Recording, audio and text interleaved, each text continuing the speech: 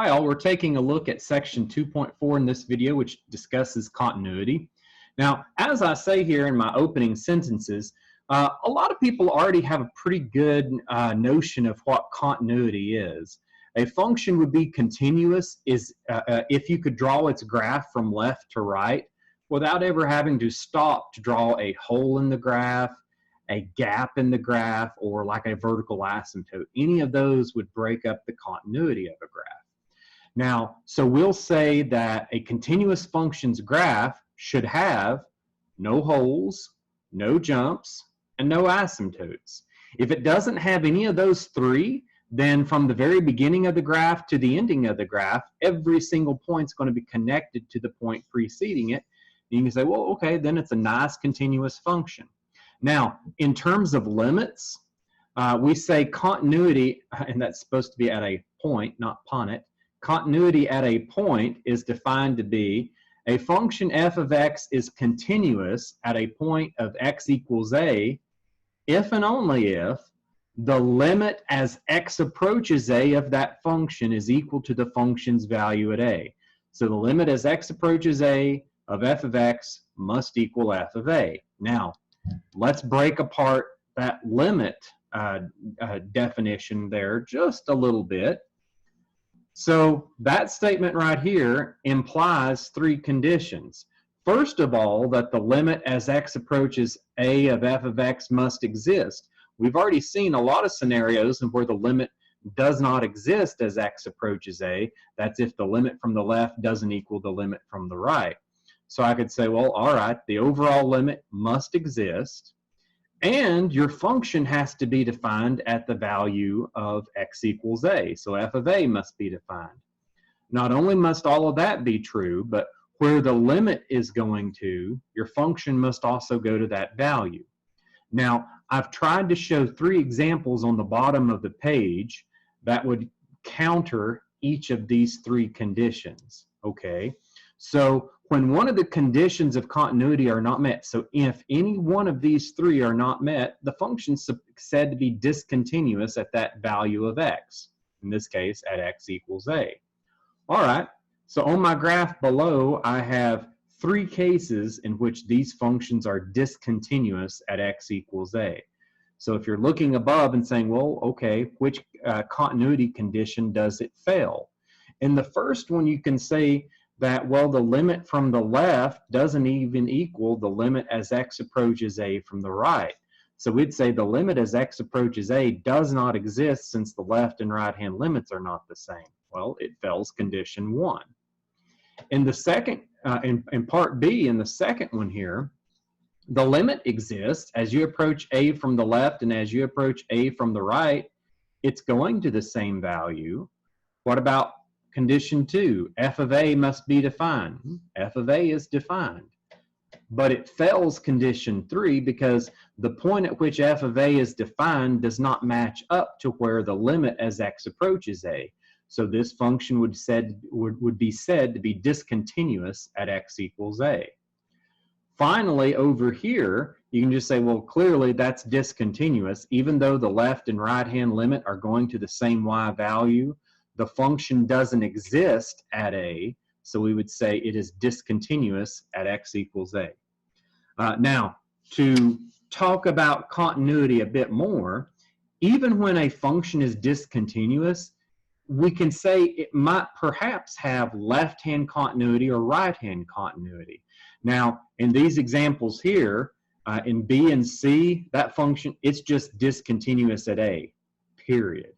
However, in our first one at a, we could say, well, that function, yes, it's discontinuous at a, but I do know the limit as x approaches a from the right is equal to the function's value at a. So what if this function didn't even exist for the values below a? Then you can say, well, then that part of the function is continuous. You could say it's continuous from a to infinity, assuming that other part didn't exist. Well, okay, that's my point here on the next page.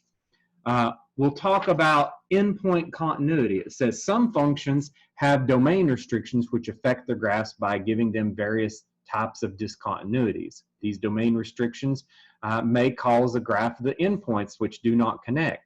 Now let's define continuity at an endpoint of a graph. Okay, so we say a function f of x is said to be left continuous at x equals a if the limit as x approaches a from the left of f of x is equal to f of a.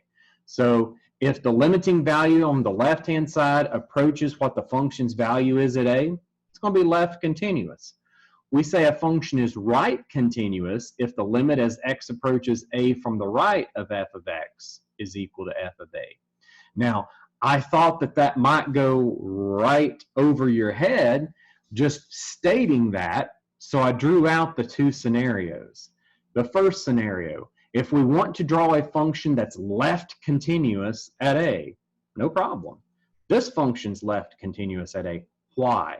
Please notice, the limit as x approaches a from the left is equal to your function's value at a. That would be considered left continuous at a. Now, the second case would be right continuous at a. That's this one right here, because you could approach a from the right-hand side and the limiting value is going to f of a. That is the entire definition of a right continuous function at a specific value. To make sure we get that, I've drawn a much more complicated graph down here. Now, what I'm wanting us to do is look at this graph and state the values of x where there is a discontinuity.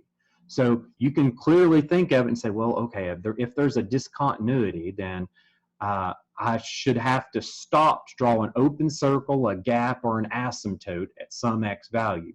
So you could start at negative infinity and go all the way until x gets to -4, and then you have to stop.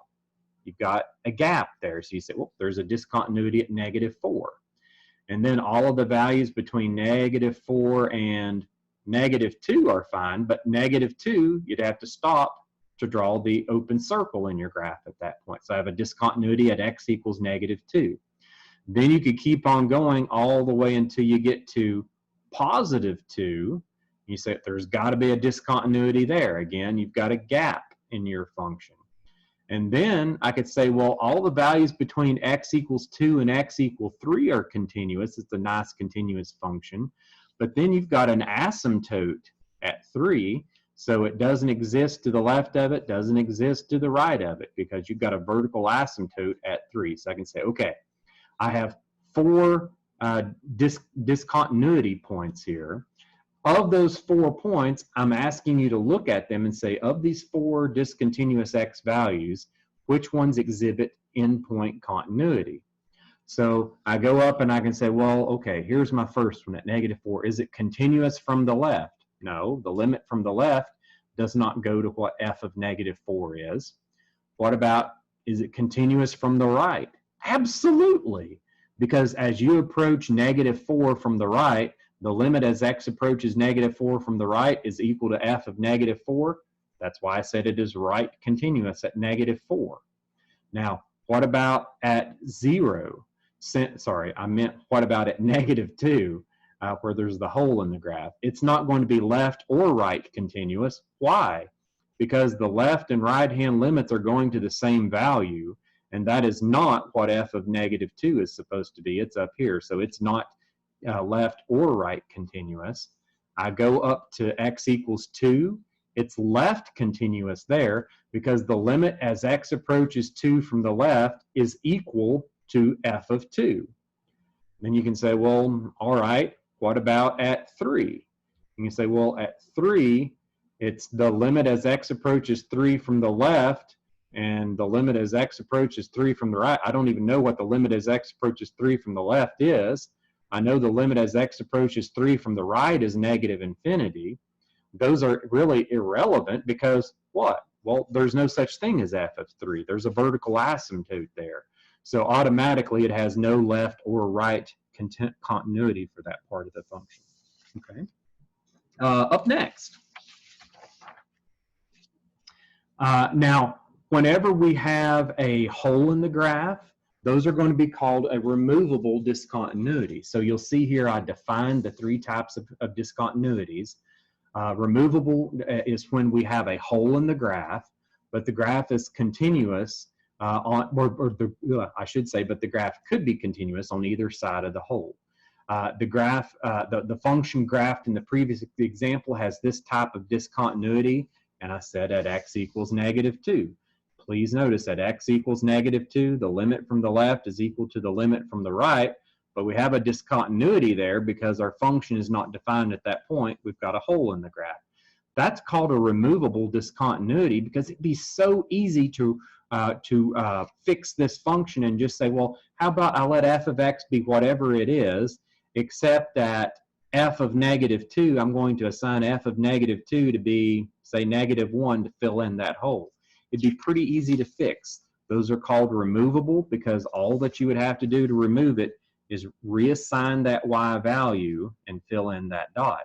Please notice our other two types of discontinuities are not removable. You can't just draw a vertical line here. The vertical line is not a function. And you certainly can't remove an infinite discontinuity where there's an asymptote. Again, wouldn't be a function. So the only ones we can remove are when we have a hole in the graph. A jump discontinuity is when there's a non-asymptotic jump. Now, I always say there's a finite number of y values different from the left-hand limit and the right-hand limit. You can see that in the problem here at x equals -4. Now, what I mean here, if I said, well, how many y values different is it between the left-hand limit and the right-hand limit?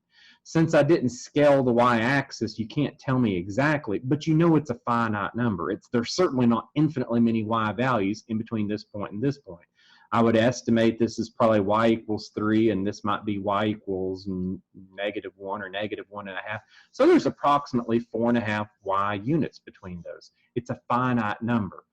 Anytime it's a finite number of y values between the two limit sides, then it's a jump discontinuity. You also see you have a jump discontinuity at 2 because the limit as x approaches 2 from the left is 0. The limit as x approaches 2 from the right looks like it could be up at maybe a y value of 5 or something up here. But again, it's a countable number of y value difference in the left and right hand side. So both of those are jump discontinuities. The infinite discontinuity, it's easy. We're going to have a vertical asymptote there. So you can't count the number of y values difference from the left-hand limit and the right-hand limit. And that's going to occur whenever you have a vertical asymptote. So those are going to be very obvious in problems. Now, let's go ahead and look at examples of all of these. I'm asking you to plot a quick sketch, and most of these should be pretty easy to graph. If I say, hey guys, let's think about f of x is equal to 2 over x minus 3. Well, I think of my base function of 1 over x, which looks like this about the origin. It goes in quadrant 1 and quadrant 3 down here. This is just going to take that function and shift it 3 units to the right and multiply the y values by 2. So I can say, well, it looks pretty much like 1 over x just shifted 3 units to the right. That's what I did. Instead of the y-axis being the vertical asymptote, x equals 3 is the vertical asymptote. You could also see that by just easily setting the denominator equal to 0. If x minus 3 is 0, then x equals 3 is your equation of the vertical asymptote. We'll have a horizontal asymptote of 0. That's why you see I labeled the x-axis y equals 0, and then it became the horizontal asymptote.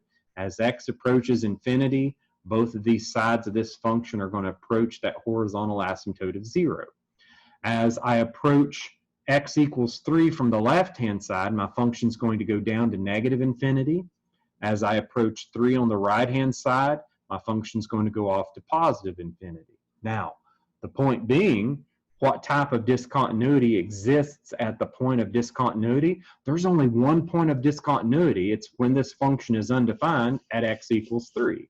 And that discontinuity, we know anytime you have to draw an asymptote, it's an infinite discontinuity. So I can say infinite discontinuity at x equals 3. Now, for my next one here, please notice, despite the fact that you have a polynomial in your denominator, you do not have a vertical asymptote in this problem.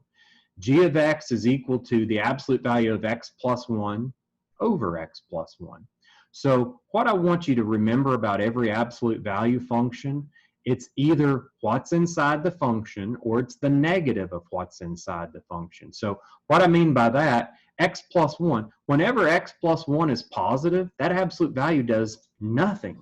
So I can say whenever x is greater than or equal to negative 1, your number inside the absolute value is going to be positive, so the absolute value does nothing. I can say the absolute value of x plus 1, it's just the function x plus 1 for any value of x greater than or equal to negative 1. So now notice, for any value of x greater than or equal to negative 1, your function just becomes x plus 1 divided by x plus 1, which would be a constant function of 1. Now, for any value of x less than negative 1, you say, well, okay, what if x is like a negative 2 here? You'd have negative 2 plus 1 is negative 1.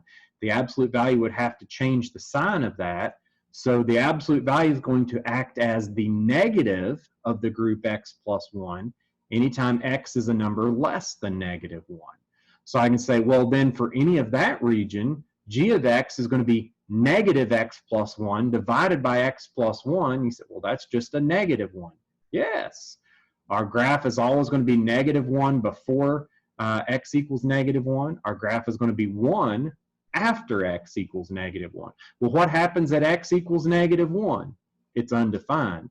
But you do not have a vertical asymptote because the function doesn't approach infinity or negative infinity as x approaches that. Anytime the factor that could cause a vertical asymptote can cancel out with a numerator, instead of a vertical asymptote, you just have a hole in the graph. In this case, we have two holes in the graph because as we approach negative 1 from the left, our y value approaches negative 1. As we approach negative 1 from the right, our y value approaches 1. Or I should say, our y value is always 1. So now we can say, well, this is your classic example of a jump discontinuity. Anytime you have an absolute value function divided by a function, just remember, that is going to be a jump discontinuity. There is a countable number of y value difference in the left and right hand limit here. So I'd say I have a jump discontinuity at x equals negative 1. The other case I have here, again, I gave a rational function that simplified. Your numerator could factor to be x plus 2, x minus 2. Well, that x minus 2 factor could cancel with the denominator, so you could say, well, could I just call h of x equal to x plus 2? And you can, as long as you remember h of x could not exist at x equals 2. The factor x minus 2 cannot cancel out if it couldn't exist in the first place. So you say, well, as long as you remember that x cannot equal 2 in this function, you can think of h of x as the function x plus 2. So that's what I did down here. I just graphed, okay, this is a line with a slope of 1 and a y-intercept of 2. I drew that in. And then I said at the ordered pair when x is 2, and the circle's going to be at, you can actually plug a 2 into this and say, well, you would have the ordered pair 2, 4. Well, yes, you would, but that point is impossible on h of x because of the original domain restriction. So we just draw an open circle in the graph at the ordered pair 2, 4, and then say, okay, then there is a removable discontinuity at x equals 2. You could easily reassign h of x as h of x could equal this for all values except 2, and then h of x could equal 4 when x is 2, and then you'd be able to fill in that dot, and we'd have our nice linear function there. Okay, let's see now. Another case of a function in which we have the jump discontinuities is the greatest integer function. With the greatest integer function, whenever you're looking at it, it kind of looks like you're putting brackets around a function, and it can easily get mistaken for that or an absolute value. Like I tell you here on your calculator, let me go ahead and bring this up. On your calculator, the way that you get to it is you go math, arrow over to number, and it's int, greatest integer, so it's math, number, and then 5. And if I want to graph the greatest integer function, I do greatest integer. I think a good graph would be zoom 4. Yeah. You can see, okay, for all values in between 0 and 1, it's just saying, well, your y value is 0. For all values between 1 and 2, your y value is 1. For all values between 2 and 3, your y value is 2.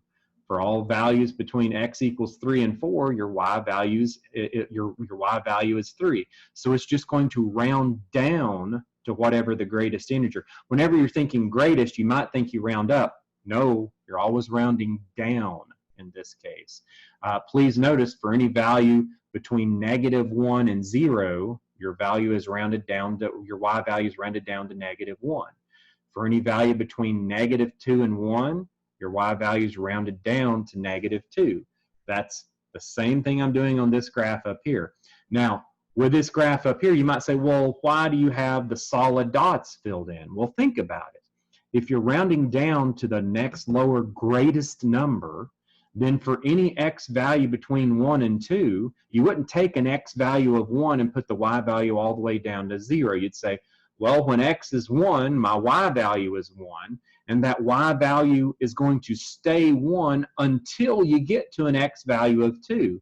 If I said plot y or x equals 1.99999, you'd say, well, you're still down here. Now plot x equals 2, boom, you're up to y equals 2 because you're at the next greatest integer. Now, that carries us into the topic of piecewise functions pretty nicely. And piecewise functions, a lot of times students struggle with these, and I'm not quite sure why. These are not bad at all. Now, if I were to ask you to graph these 3 piecewise functions out, we already know the first one, if I graph the whole thing, first of all, think about that. You'd say, well, that's just a parabola shifted up 1 unit. So you'd say, well, it's right there, and then it's your parabola. Now, the portion of that parabola that I've drawn out here is the portion that starts at -2 and moves to the left. So if x squared plus 1 started off at 0, 1, I can't draw that part of the parabola because it's only defined for values of x less than -2. So I drew in that portion. Now, my linear function, x plus 7, you'd say, well, that's just the line going through a y-intercept 7 having a slope of 1. So there's my y-intercept 7, slope of 1. I drew that out. But it has a clear-cut beginning point and ending point. That's given by where x needs to start and where x needs to end here. So instead of plotting the y-intercept, in fact, I just have the starting point and ending point, and I said any 2 points determine a line. I got my line equation that way. Now, for the last one here, I said, well, that's just a parabola x squared minus 5, so you'd shift it down 5 units and then say, okay, now again, a parabola is going to be going upward. I can only start that at x equals 3, so by the time it got to 3, the y value was already at 4, and then it's going to continue to go up in a parabolic fashion after that. Now, this graph isn't great as far as, you know, how it's drawn, but what's perfect about it is how it shows the connecting points. Here's the thing that you'll be asked to do in the homework. It'll ask you, where's the following piecewise function discontinuous, just like I'm asking here. What I'm wanting you to think of, if I just gave you that function, and that function, you say, these functions are continuous everywhere. All polynomial functions, you can draw left to right, never have to skip for a hole, a gap, or an asymptote. They don't have any. These functions are continuous everywhere. Okay, so what happens when you piece these functions together? There could be discontinuities at the points where they piece together. So the only possible discontinuities are at -2 and at 3. All right, so I test those.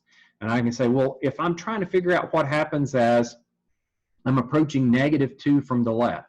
Now here's where sometimes students get confused is, well, actually they would figure this one out pretty well because they'd say, okay, x equals -2. I can plug that into this curve and say -2 squared plus 1, I'm going to get a value of 5. So I know that this curve ends at the ordered pair -2, 5, and then I can say, well, then it just looks like a positive parabola moving upwards before that. So I'd get that portion of the curve drawn in. And I know it has to stop abruptly at the ordered pair negative 2, 5. But then look where the next part of this piecewise function starts. If this is continuous, then I need the limit as x approaches negative 2 from the left to equal the limit as x approaches negative 2 from the right. Here's where students might think, well, hey, wait a minute, what are you doing here? Why are you plugging negative 2 into that middle function when it clearly says x is strictly greater than negative 2? Yeah, it is. But x could be negative 1.99999999999. So the limiting value still means you need to think about what happens if you plug a negative 2 into this, because it's still going to approach that value. Now, if this were disconnected, I'd have to draw an open circle for the value ordered pair that it approaches. But in this case, please notice, when you plug a negative 2 into this, negative 2 plus 5, or sorry, negative 2 plus 7 gives you your 5. So you say, well, this function is continuous at negative 2 because the left-hand limit and the right-hand limit both go to 5. I can't draw an open circle at negative 2, 5 because I already had a solid dot for the first portion of the curve. Okay, now, for the ending portion of this, I said, well, okay, now I need to figure out what happens as I approach 3 from the left-hand side. So again, I'm going to plug a 3 into this middle function, and you see it's going to give me the ordered pair 3, 10. So I went ahead and drew an open circle. Why is it an open circle? Because x cannot equal 3 on this part of the function. I still had to evaluate it to know where that line goes to. It's going to go up to the ordered pair 3, 10, but it can't exactly be 3. I still draw a line all the way up to that open circle, though, because it could include an x value of 2.1 billion 9s after it. So it's going to go all the way up to, but not include that point. Then my third portion of this graph is going to start when x is 3. So I plug a 3 into that function to get the right-hand limit as x approaches 3. And I see that's going to give me 9 minus 5. It's going to have a y value of 4. And then I can just say, well, I know it's going to continue its parabolic pattern upward after that. So I plot out the point 3, 4, and then a positive parabola, right-hand side of a parabola going up. The important part being there's a disconnect here. The limit as x approaches 3 from the left is 10. The limit as x approaches 3 from the right is 4. There's a countable number. In fact, there's a 6 y values difference here. So we say, well, there's a jump discontinuity at x equals 3. You might recall back when we were looking at defining limits with our calculators in section 2.2. We looked at the graph of sine of x over x, and this is just back in your 2.2 notes. Our graph looked like that. Clearly, that's a type of removable discontinuity. Sine of x over x does not exist at 0, but it existed everywhere else in that function, and the limit as x approaches 0 from the left and the limit as x approaches 0 from the right both approached a y value of 1. Now, the reason that that's removable is I could reassign f of x and say, okay, then let's just let f of x equal that function for all x values that are not equal to 0, and then I'll let f of x be 1 when x is 0. That would fill in that dot and make a nice continuous function forever and ever. With the same line of logic now, let me look at this following problem with you. It says, for the piecewise function, if f of x is equal to the function bx plus 2 for values of x less than or equal to 1, but it's equal to the parabola x squared plus 2x plus 3 for values of x strictly greater than 1. Now, I want us to determine the values for that constant b that can make this continuous. Now, please remember what makes something continuous. You say, well, it's continuous if the left-hand limit is equal to the right-hand limit, which is equal to the function's value at that point. Now, I already know that the function's value at that point is going to be the same thing as whatever its left-hand limit is, because you're simply going to be plugging 1 into your first equation. That's what's going to happen as x approaches 1 from the left. So I say, well, we need to make sure the limit as x approaches 1 from the left is equal to the limit as x approaches 1 from the right. limit as x approaches 1 from the left, you're going to plug a 1 in for x into your top equation. You'll get 1b plus 2. Limit as x approaches 1 from the right, for all these values slightly greater than 1, you say, well, the limiting value is going to be when you plug a 1 into this equation. You get your 1 squared plus 2 times 1 plus 3. Then you can say, well, now all I have to do is solve for b. I'll get b plus 2 is equal to 6. Therefore, we subtract 2 on each side, and b is going to equal 4. So I guarantee you the linear function, it would be 4x plus 2 is going to be ending at the exact same point that the quadratic function, x squared plus 2x plus 3, would begin, and thus it would make this match up, and you would have a nice continuous function for all values, because we know it's going to certainly always be continuous before this, because that's just a nice continuous linear function. It's going to be continuous after 1, because that's just a nice continuous quadratic function. The only possible discontinuity was at 1, and as long as b is 4, you know it's going to be continuous at 1. So that would solve out this problem and create a nice continuous function. Now, hopefully you're thinking, wow, this section's not bad at all. It's really not. Hopefully you'll have some fun as you try the Achieve homework assignments through there. Please remember, if you run into any problems, I've worked them all. So check against my solutions and let me know when and if you have any trouble. I'll be glad to help.